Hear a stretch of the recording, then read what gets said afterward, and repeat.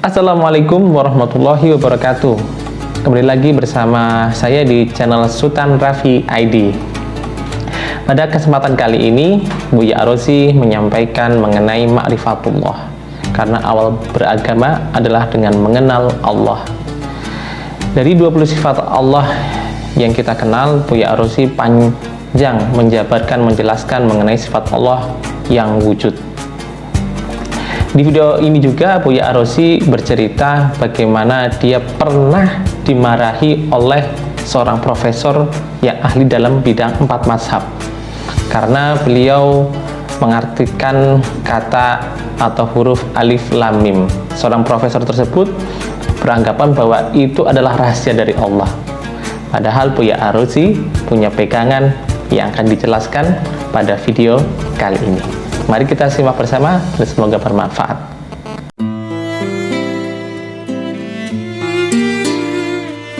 Ruh Sayyidina Muhammad sallallahu alaihi wasallam. Tapi saya boleh istilahkan Ruh Ahmad. Ada yang terkenal? Hatta saya pun tidak ingat. Tapi apa tanda-tandanya kita boleh ingat? Disebut namanya, kolbu bergetar. Disebut nama kekasihnya, kita merindu. Maka Imam Ibn Katsir dan imam-imam ahli tafsir lainnya mengatakan, yang pertama menjawab bala syahidna, benar ya Allah, kami musyahadah menyaksikan engkau. Itu adalah ruh Sayyidina Muhammad sallallahu alaihi wasallam. Tapi saya boleh istilahkan Ruh Ahmad.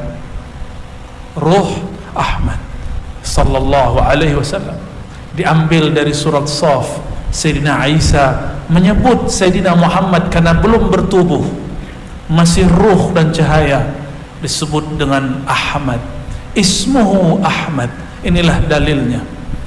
Setelah kemudian diberikan tubuh, maka namanya Muhammad sallallahu alaihi wasallam. Dia Ahmad, dia Muhammad, dia sama juga. Maka orang yang mentakzimkan Muhammad bin Abdullah, dia telah mentakzimkan, menghormati Ahmad Ruhullah. Ahmad dan Ahad pun berdekatan. Perbezaannya cuma satu huruf, mim. Ahad dan Ahmad. Maka sedekat apakah dia Ahmad dengan Ahad? Sedekat mim itulah. Itulah rahasia Allah. Oleh karenanya Allah menegur kita semua bahwa di Quran itu ada lafaz huruf-huruf muqatta'ah.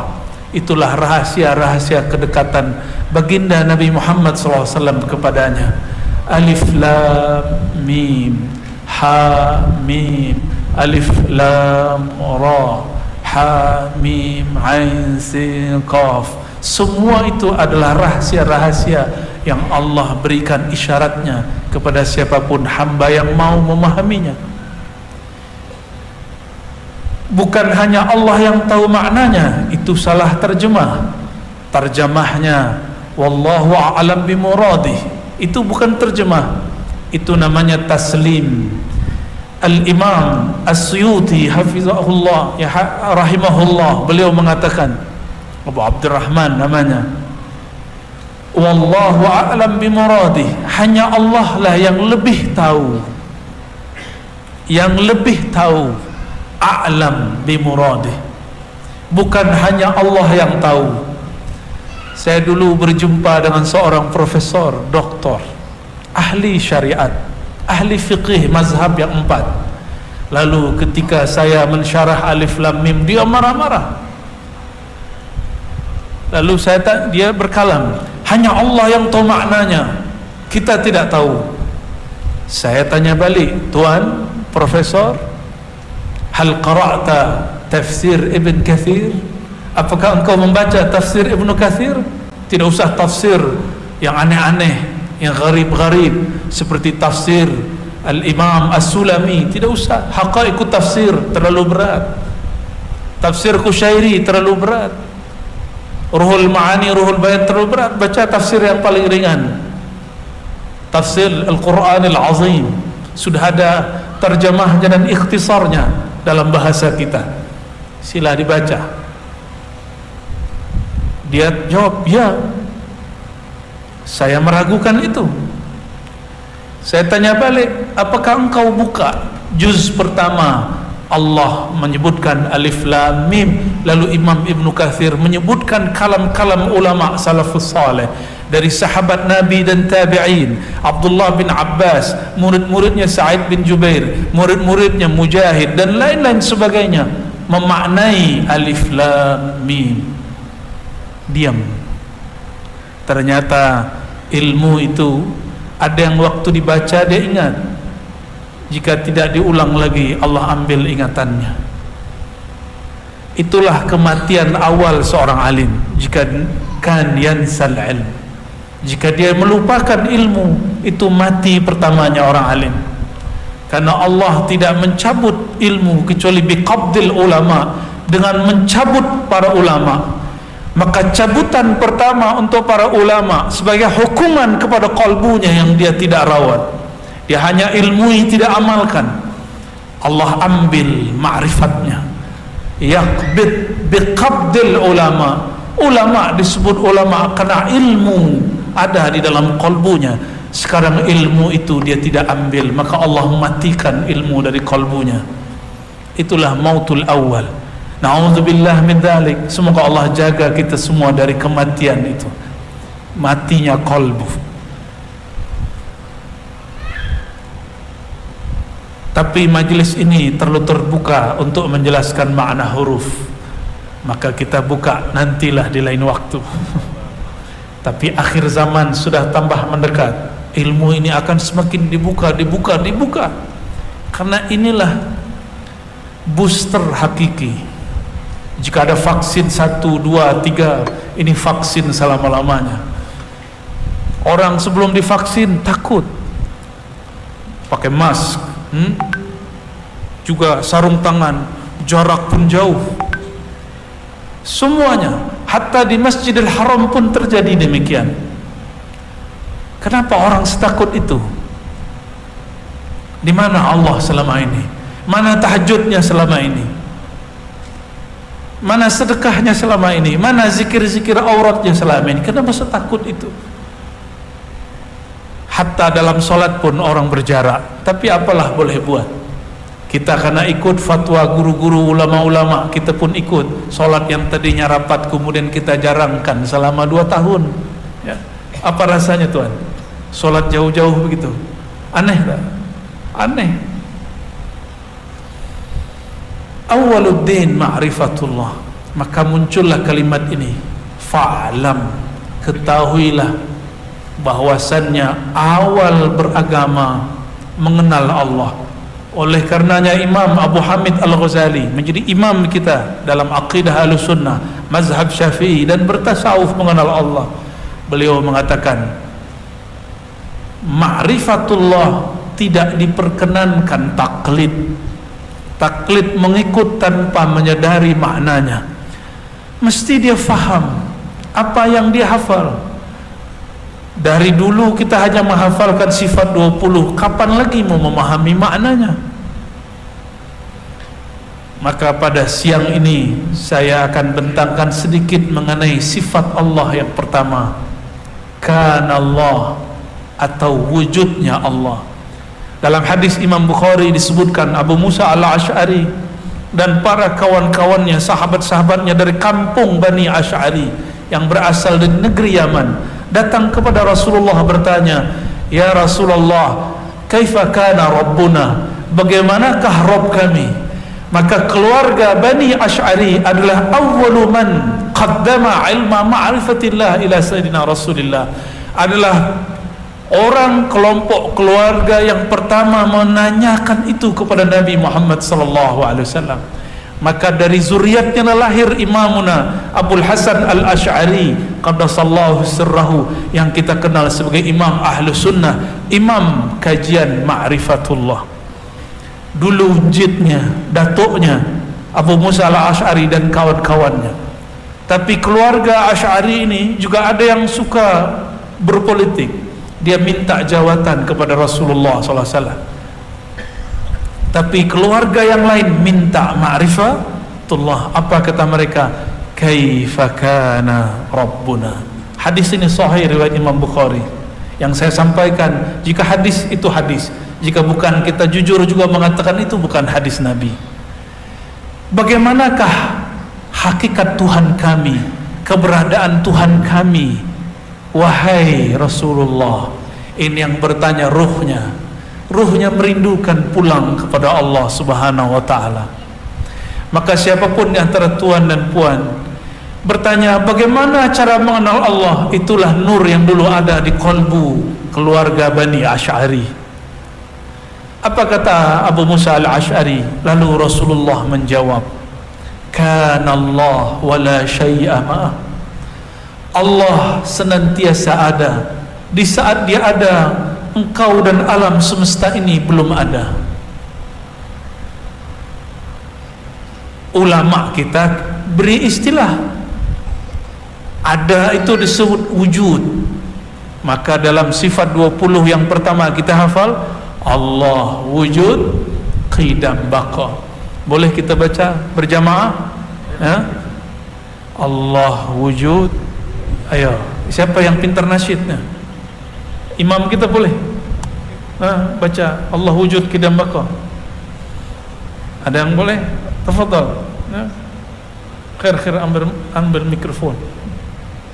Ya, saya mau dengar orang Malaka galor gajah apa? Alor gajah. Mendendangkan sifat 20.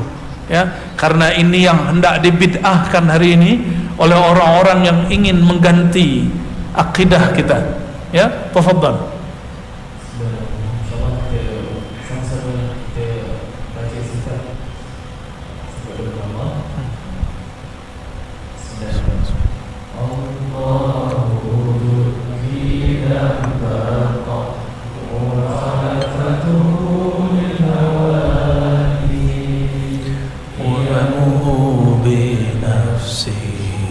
وحدانية قدرة إرادة علم حي سمع بصر سلام قديرا مريدا علما هيا سميعا بصيرا متكلما.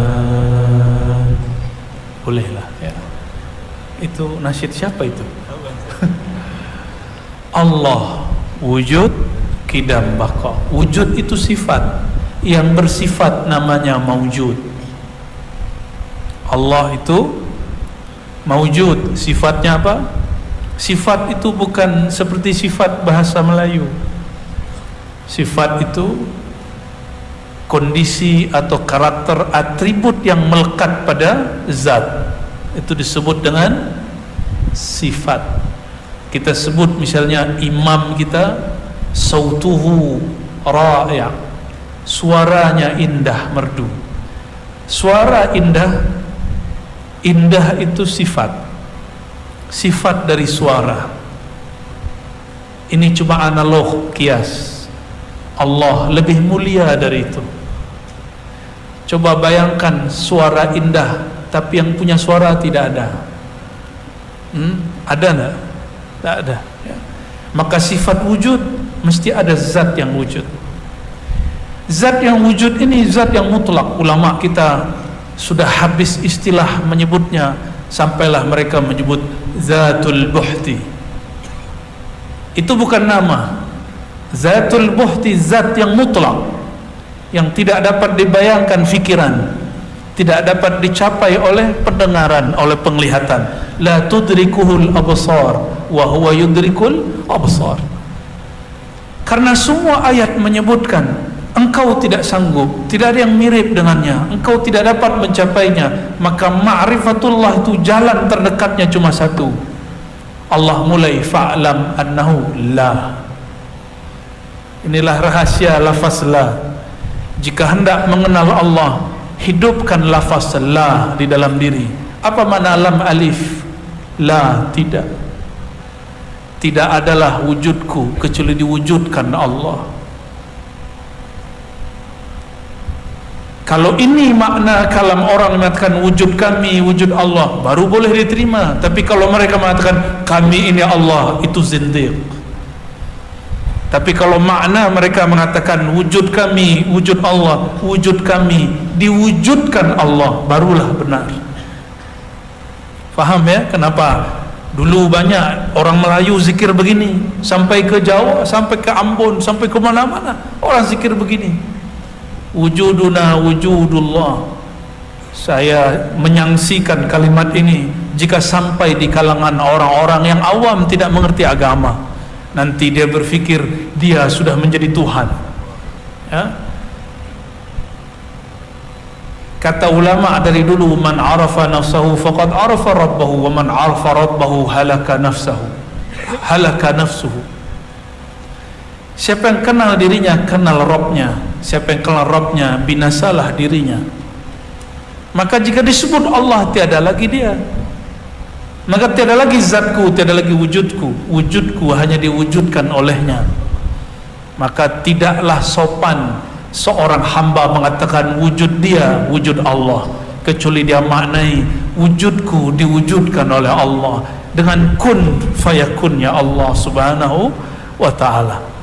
Itulah surat yang dikirim dahulu oleh imam di Madinah, namanya Ibrahim Al-Qurani. Dia kirim melalui muridnya bernama Syekh Abdul Rauf As-Singkili dari Aceh. Dialah yang pertama menterjemah Quran ke bahasa Jawi, terjemahan Al-Mustafid. Dia juga seorang mursyid tariqah Qadiriyah, dan di saat yang sama mursyid tariqah Syattariyah. Gurunya Al-Qurani dan Kusyasi, imam di Madinah, imam pemegang 40 tariqah mu'tabarah sahihah. Dan mereka mengajarkan ini betul hati-hati.